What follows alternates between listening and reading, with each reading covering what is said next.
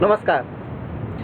कर्णाली प्रदेशको रुकुम पश्चिम चौरजहारी नगरपालिका वडा नम्बर 8 निवासी सुषमा मल्लसँगको अन्तर्जातीय प्रेम सम्बन्धका कारण स्थानीय गाउँलेहरूको कुटाइबाट मिति 2077 साल ज्येष्ठ 10 गते राति जाजरकोट भिरी नगरपालिकाका 4 राणा गाउँका 21 वर्षीय नवराज विश्वकर्मा र सोही नगरपालिका 1 का टिका सुनारको हत्या गरिएको र उनीसँगै गएका अन्य 4 जनाको पनि हत्या गरिएको पहिला बेपत्ता पारिएको र पछि हत्या भएको पुष्टि भएको घटनालाई लिएर एउटा सामान्य व्यक्तिले कसरी विश्लेषण गर्छ, एउटा सर्वसाधारणले कसरी हेर्छ भन्ने विषयमा उनीहरूको दृष्टिकोणमा रहेर र म आफ्नो व्यक्तिगत भावना म आफू पनि कसरी सोच्छु यो घटनालाई लिएर भन्ने विषयमा मैले यहाँ केही टीका टिप्पणीहरू राखेको छु। 1 नम्बर, दलितले अझै पनि मागेर होइन भागेर विवाह गर्नुपर्ने बाध्यता रहिआएको छ। अझै पनि समाजमा अन्तर्जातीय विवाह गर्नुपर्दा मागेर होइन भागेर नै विवाह गर्नुपर्ने चलन छ। दलितले गैर दलितसँग वा गैर दलितले दलितसँग विवाह गर्दा अहिलेसम्म भागेर नै जानुपर्ने वा भाग्नुपर्ने बाध्यता छ। प्रेम विवाहमा कुरा नमिलेको अवस्थामा अन्य गैर दलितहरूसँगको भन्दा दलित र गैर दलितसँगको बीचको प्रेमबाट विवाह गर्नुपर्ने अवस्थामा यस्तो किसिमको जोखिमहरू आउने गर्दछ। घरमा बा-आमा र नजिकका नातेदार बीच सहमति नहुँदा यस्तो किसिमको घटनाहरू हुने गर्दछ। हत्या र आत्महत्या यस्तै घटनाबाट हुने गर्दछ।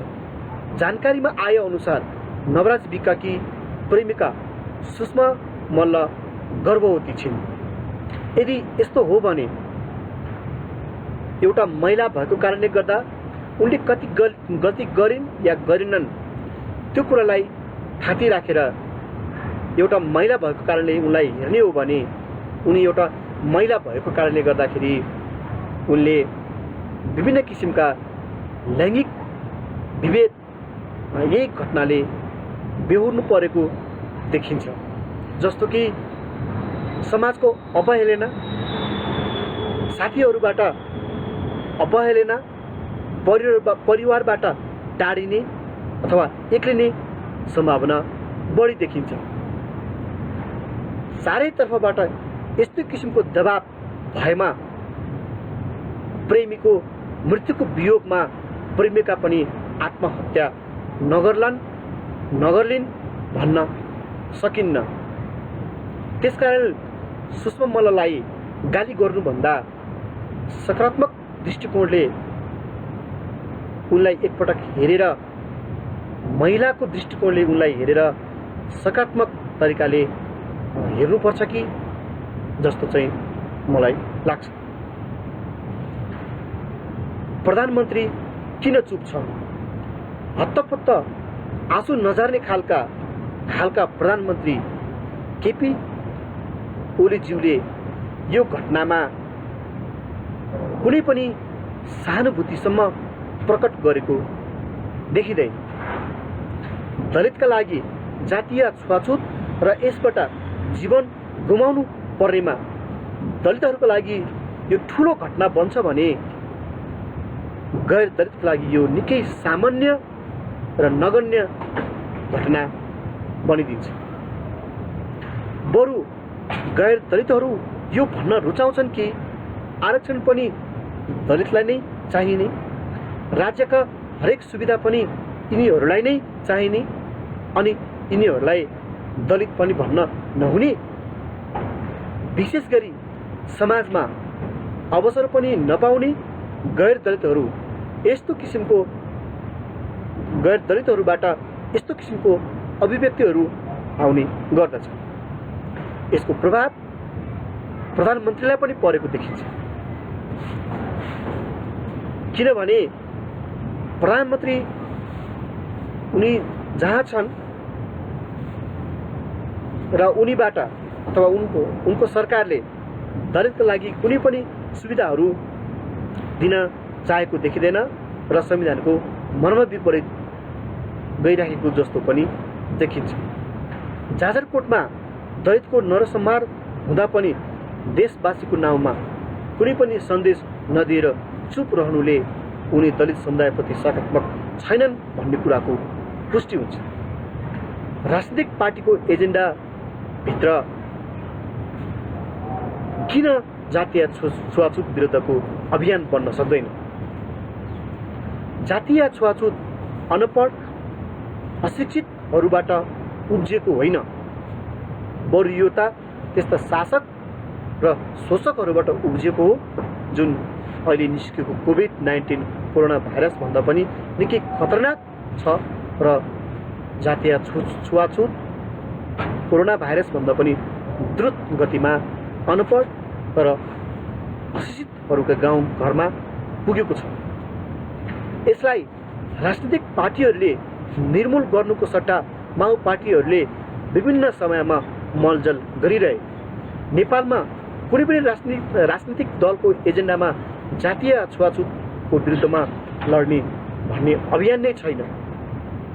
पूर्व माओवादीको 10 वर्षे जनयुद्धको अभियानले पनि जातीय छुवाछुतलाई निमित्यान्न पार्न सकेन। पूर्व माओवादीले यस विषयमा कुनै ठोस योजना नै बनाएको देखिँदैन। यदि जनयुद्ध कालमा नै जातीय छुवाछुत गर्नेलाई भौतिक कारबाही गरिएको भए अथवा मारिएको भए जनयुद्ध कालदेखि नै यता जातीय छुवाछुत विरुद्धमा 90% भन्दा बढी समस्याहरू हल भइसक्ने थियो। तर उसले यो चाहेको देखिँदैन। यसको एउटा ज्वलन्त उदाहरण पनि हो जातीय सहितको संघीयता।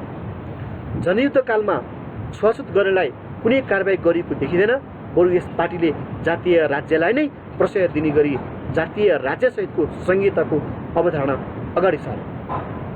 पछि चौतर्फी विवाद पनि भयो। जातीय संघीयताकै विरोधीलाई जिताएर स्वयं जनजाति समुदायले नै जातीय संघीयताको विरोध गरेको प्रमाणित गरे। किनभने सबैभन्दा जातीय संघीयता सहितको विरोध गर्नेलाई हराएर जिताएर पठाएको चाहिँ हामी देख्छौँ। जातीय संघीयता चाहिन्छ भनेर चुनावमा उठ्नेहरू हारेको देखिन्छ। समानुपातिक समावेशी सहितको सहभागिताकै नारा जप्ने पार्टीहरू नै समावेशी छैनन्। चाहे त्यो नेकपा माओवादी पूर्व माओवादी होस्, चाहे नेकपा कम्युनिस्ट पार्टी एमाले होस्, काङ्ग्रेस होस् वा अन्य पार्टी। राज्य समावेशी भएन भनेर उनीहरू भन्छन्, तर उनीहरू आफै समावेशी छैनन्। यसरी बनेका पार्टीहरूबाट समाज परिवर्तनको सपना देख्नु केवल मूर्खता मात्र हो। त्यसकारण न त यहाँ जातीय छुवाछुत हट्छ, न त यहाँ पूर्ण समानुपातिक प्रणालीको सिद्धान्त नै लागू हुन्छ। फलस्वरूप राजनीतिक रूपमा पहुँच नभएपछि राज्यको हरेक निकायमा दलितहरू पछि पर्नु स्वाभाविकै हो, जसका कारण उनीहरू थप गरिब हुन पुगेका छन्। आर्थिक हैसियत नभएपछि समाजमा दलितहरू निम्न स्तरको वर्गको रूपमा स्थापित हुन पुगेका छन्। यदि जाजरकोटका नवराज विका आर्थिक रूपमा मजबुत भएका भए यो स्थितिको सिर्जना हुने थिएन भन्ने तर्क केही व्यक्तिहरूको पनि छ। हरेक क्षेत्रमा समावेशीकरणको अवधारणा आउनुपर्ने, समावेशीकरण हुनुपर्ने अवस्था आउँदा अवसर नपाउनेहरूले समस्या खडा गरिदिन्छन्। तर दलित समुदाय बरु यो मान्न तयार छ, तिमी जात हटाऊ संसारबाट अथवा नेपालबाट, तिमी वर्गको मात्र कुरा गर। त्यसपछि हामी आरक्षणको कुरा गर्दैनौँ, समानुपातिक संरक्षणको कुरा गर्दैनौँ, आरक्षणको कुरा गर्दैनौँ। तर यहाँ न जात हट्छ न समानुपातिक प्रणाली नै लागू हुन्छ। व्यक्तिगत स्वार्थले भिडियो निर्माण र सेयर गर्नेहरूको लड्को धेरै। सामाजिक सञ्जालका मिडियाहरू अथवा उनीहरू मिडियाहरू जो चाहिँ युट्युबेहरू छन्, फेसबुकेहरू छन्, ट्विटरेहरू छन्, यिनीहरू समाचारभन्दा पनि धेरै भ्युज सङ्कलन गर्नका लागि अपरिपक्व र आचार संहिता विपरीतका समाचारहरू सम्प्रेषण गरेको पाइन्छ। उनीहरू समाचार भन्नुभन्दा पनि लाइक र कमेन्ट र सब्सक्राइब गर्नको लागि उनीहरू बढी हतारिएका छन् र त्यसो गर्नलाई हेर्नेहरूलाई उनीहरूको कानै टट्टिनी गरेर, उनीहरूलाई वितृष्णा हुने गरेर लाइक, कमेन्ट, सब्सक्राइब र सेयर गरिदिनु होला है भन्न उनीहरू रुचाउँछन्। र यसबाट देखिन्छन् कि घटनाभन्दा पनि कसरी भ्युज धेरै सङ्कलन गर्न सकिन्छ र कसरी पैसा कमाउन सकिन्छ भनेर बेरोजगारीहरू लागेको देखिन्छ। दलित अधिकार कर्मीहरू सक्रिय छन्। प्रशंसनीय कुरा यो छ कि यो घटनामा दलित गैर सरकारी संस्था महासङ्घका जेपी विश्वकर्मा, त्यसै गरी भक्त विश्वकर्मा, दलित महिला सङ्घ लगायतका प्राकृतिक स्रोतको लागि दलित अधिकार मञ्च डानर, सहयात्रा फाउन्डेसन लगायतका थुप्रै दलित संस्थाहरू र दलित अधिकार कर्मीहरू यो अभियानको विरुद्धमा लागेको देखिन्छ र यो निकै प्रशंसनीय कुरा पनि हो। रुकुमको चौरझारीको यस घटनालाई लिएर दलित अधिकार कर्मीहरूले विभिन्न जिल्लामा विरोध प्रदर्शन गरेका छन्। काठमाडौँमा विभिन्न दलित संस्थाहरूले माइती घरमा ज्येष्ठ 13 गते विरोध प्रदर्शन गरी यस घटनाको सत्य तथ्य पत्ता लगाउँदै पीडित परिवारलाई उचित क्षतिपूर्तिको माग राखेको छ। समाज कतातिर जाँदैछ यो मुख्य कुरा हो। यस घटनामा सरकारले तुरुन्त कुनै पनि कडा कदम नचालेकोले समाजमा अन्तर्जातीय विवाह गर्न चाहने नयाँ युवा र युवतीहरूको मनोबल गिरेको छ। जातीय छुवाछुतको जघन्य अपराधमा सरकार कडा रूपमा भएको भए न्याय अझै मरेको छैन भन्ने सिकाइ हुने थियो र यसले युवा समाजमा सकारात्मक प्रभाव पार्ने थियो। तर त्यसो भएन र राज्यले वास्तै नगरेको अवस्थामा युवा मानसिकता उदासीनतामा परेको देखिन्छ। ऊर्जाशील युवा समाज यस्तो किसिमको नकारात्मक तनावहरूबाट ग्रसित छ। राज्यको गलत निर्णयबाट र राज्यले सही कदम लिन नसक्दा समाज रोगी छ र यसबाट समग्र समाज कहिल्यै अघि बढ्न सक्दैन। दलितले सिक्नुपर्ने पाठ, अन्तर्जातीय विवाह गर्नुभन्दा पहिला दलित आफू कानुनी रूपमा सक्षम, आर्थिक रूपमा सक्षम र बलियो हुनुपर्छ। त्यसपछि दलितको अन्तर्जातीय विवाह हुँदा सम्बन्धित निकायसँग सुरक्षाको माग गर्नुपर्छ। यसो गर्न समाजमा घटेका विभिन्न घटनाक्रमले दलित समुदायलाई यो पाठ सिकाएको छ। यसका लागि दलित नागरिक अभियन्ताहरूले सहजीकरणको भूमिका खेल्नुपर्छ। साथै जातीय छुवाछुत र अन्तर्जातीय विवाहका मामलामा दातृ निकायहरू तथा विकासका साझेदार संस्थाहरूले विशेष लगानी गर्नु आवश्यक छ।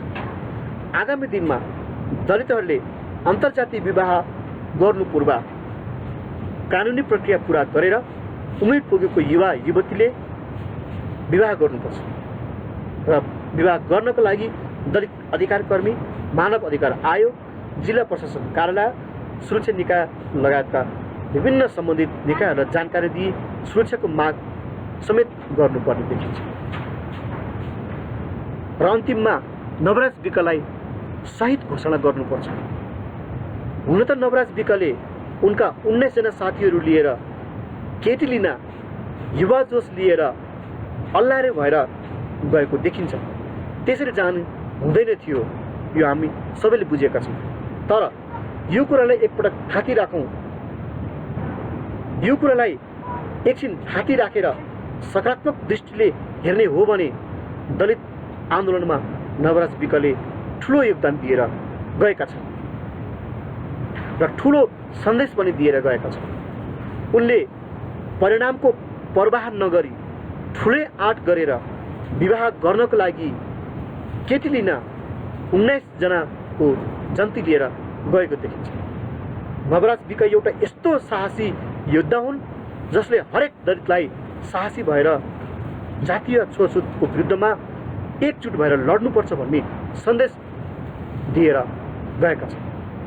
त्यसकारण यो घटनामा शहादत प्राप्त गर्ने सम्पूर्ण मृतकलाई नवराज विक सहितको टोलीलाई शहीद घोषणा गर्नुपर्छ र राज्यले उचित क्षतिपूर्ति दिनुपर्छ।